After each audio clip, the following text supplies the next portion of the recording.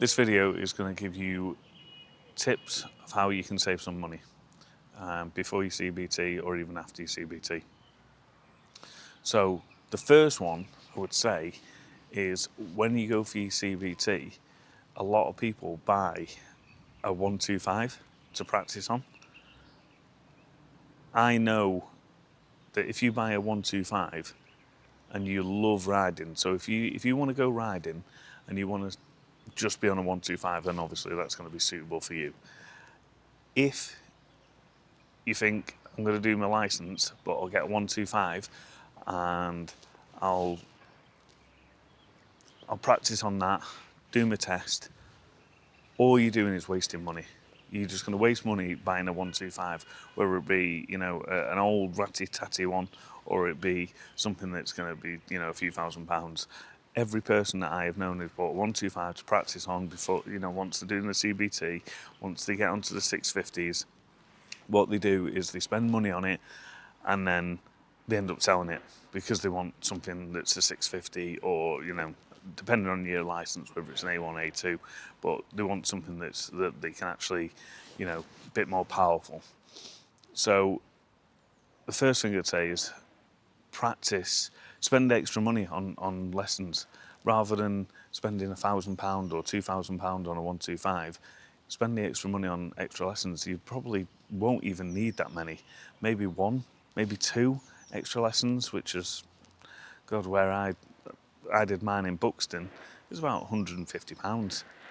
So rather than paying for insurance, 125, then you've got the hassle of selling it. I wouldn't bother. Now, if you're staying on a 125, obviously keep a 125. But yeah, that would be my first tip. Don't waste your money on a 125 if you're going for your full license.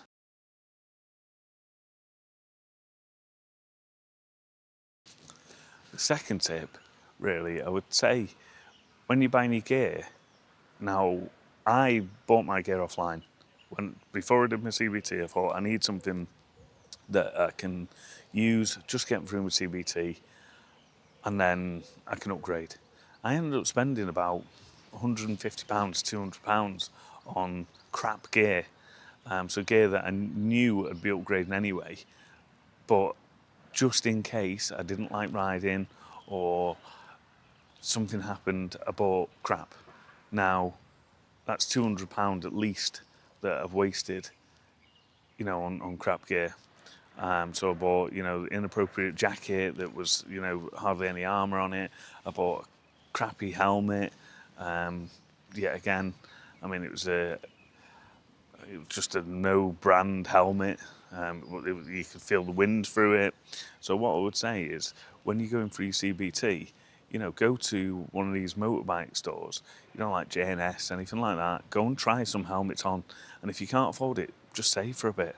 Save for the quality products that you can buy. You can pick up a quality helmet for about £150. And then obviously then you've got your jackets. Train going past there. So then you've got your jackets and stuff like that. Go and try them on, and don't always just buy from the first place that you go to. Shop around. I know that if I go to J&S aren't necessarily the cheapest, but I know if I can go there, I can try something on and get the same product online. I know my sizes because I've tried it on, and then I can just get it online. So that would be the second thing. The third tip is with your insurance. You might already know it, but what you'll do is, because you've got no experience, doesn't matter how long you've been driving a car, truck, doesn't matter, because you've got no experience on a bike, your insurance is going to be expensive. The way that you can get your insurance down if you're a first-time rider, obviously, the less miles you do within the year, that'll get your insurance down. Don't lie, obviously, on your insurance, because you'll end up getting it cancelled, but the less miles that you do on your insurance, if you can put it into a lockup, a garage, something like that, that'll obviously reduce your insurance. The other thing is choosing your bike. So I noticed that if I went for a 400 when I was going to pass my test, I was thinking about getting a Ninja 400. A Ninja 400 for me was £1,200 for the year, which was ridiculously expensive.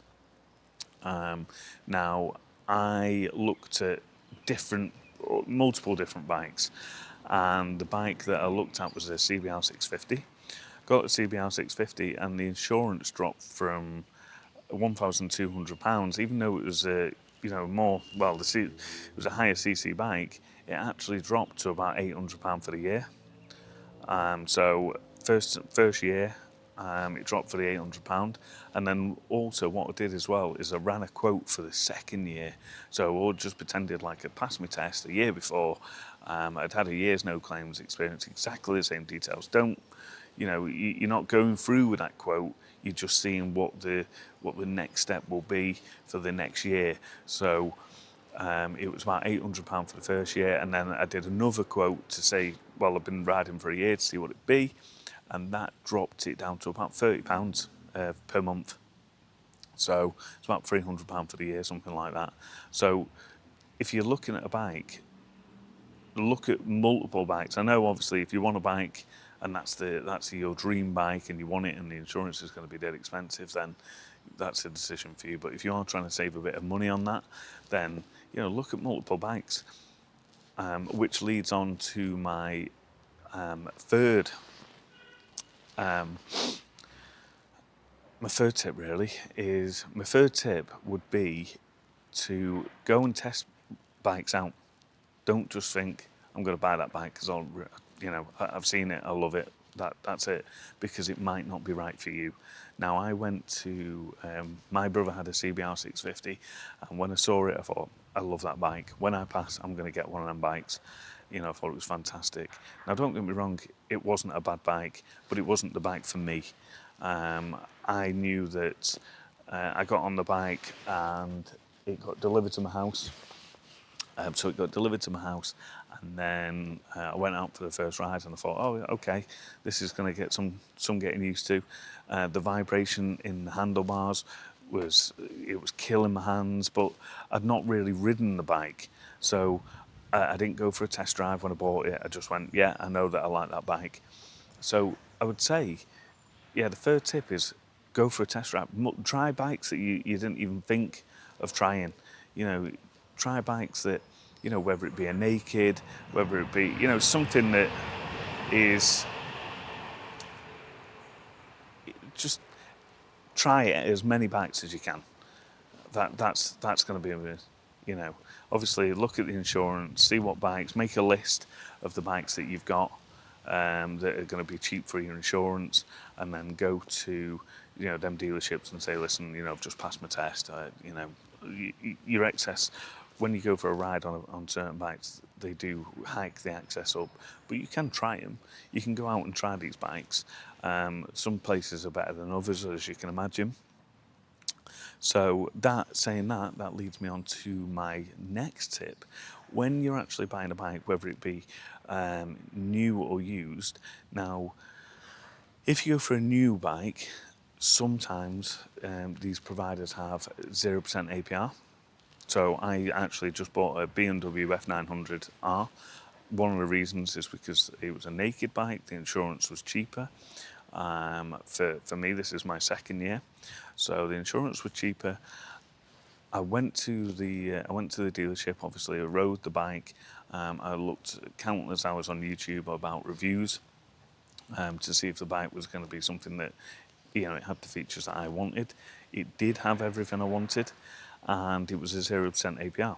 So that automatically dropped my monthly payments. I'll own the bike at the end of the payment, so I don't take I don't have fixed payments for 3 years and then over lump sum. It'll be mine at the end of it.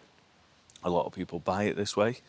If you're obviously in a fortunate position where you can just buy the bike outright, then obviously still do your research. Look at whether a new bike is going to be more beneficial to you than a second-hand bike. You don't know how a second-hand bike is being looked after, I suppose, whether it's been serviced, that kind of thing. But there is a risk with anything that you buy. What I would say is, if you're looking at a second-hand bike, and you are going to get it on finance, look at the APR. I know a lot of companies that, for example, like the Superbike Factory, they do two different APRs. One APR is for good credit rate, and another one is for bad credit rate, which is, to me, is ridiculous. Someone's obviously looking to get a bike that should be on, there or thereabouts the same APR as someone else, but that's their business model. I wouldn't ever buy a bike from there. You may as well just go and get a loan, and buy it from, the person themselves off eBay or Auto Trader, something like that. So yeah, that would lead me on to another thing is when obviously you buy your bike is about a few things that you can do to your bike. Now, I'm one of these people that I will, I'll do my bike up, I will put an exhaust on, I'll put a tail tidy on, whatever I can do to that bike, I'll do it and I'll make it my own. So one thing that I didn't do to my CBR is a rad guard. Didn't put rad guard on, and then I ended up paying the price for that. So I was going down a dual carriageway, and a stone. I put some new Michelin Road 6s on, and whether that was the cause, I'm no idea. But basically, a stone had caught up in my tyre, hit my hit my radiator, and then once it hit the radiator, it went through the radiator, got to J&S where I was going to go and have a look at some new lids. Got to J&S and it was leaking. Yeah, so my radiator was leaking all over the show, and basically, I had to get wrecked. So my bike had to get wrecked back. So it cost me about £160. Then obviously I got back. I rang Honda to see if they could fix it, and they quoted me about over £1,000 to fix the radiator. So I had a look online. Found a radiator for about £140 on eBay. I fitted it myself. Had a bit of trouble fitting it, to be fair. Well, not fitting it, but bleeding it. Had massive trouble bleeding it. So I ended up taking it to a garage. That cost me about £250, £300 for them to bleed it correctly. Finally got it working. And then, yeah, so it probably cost me, I'd probably say about £600, something like that in total, just for the mistake of not having a rad guard. So definitely get some, a rad guard. If nothing else, just get a rad guard. As soon as I bought the BMW F900, I went and bought a rad guard and fitted it. It took me like 5 minutes, but it'll also save me £600-700. It might never happen to you, but I'd rather have a rad guard than, not needing one, and than not having one and needing one. So. Yo, how's it going? So, thanks for watching, everyone. Honestly, thanks for tuning in. What the video is going to be now is tips and tricks of how to save some money. You will guarantee save some money from this video. So stick around, watch the video. Please subscribe. It helps me massively. I'm going to give a shout out to the 6 new subscribers. They were obviously chatting to me as well, telling me about their experiences with the F900 and, obviously how the confidence that the bike gives them. It's honestly, it's massive help to have feedback from you guys. So I appreciate it, really do.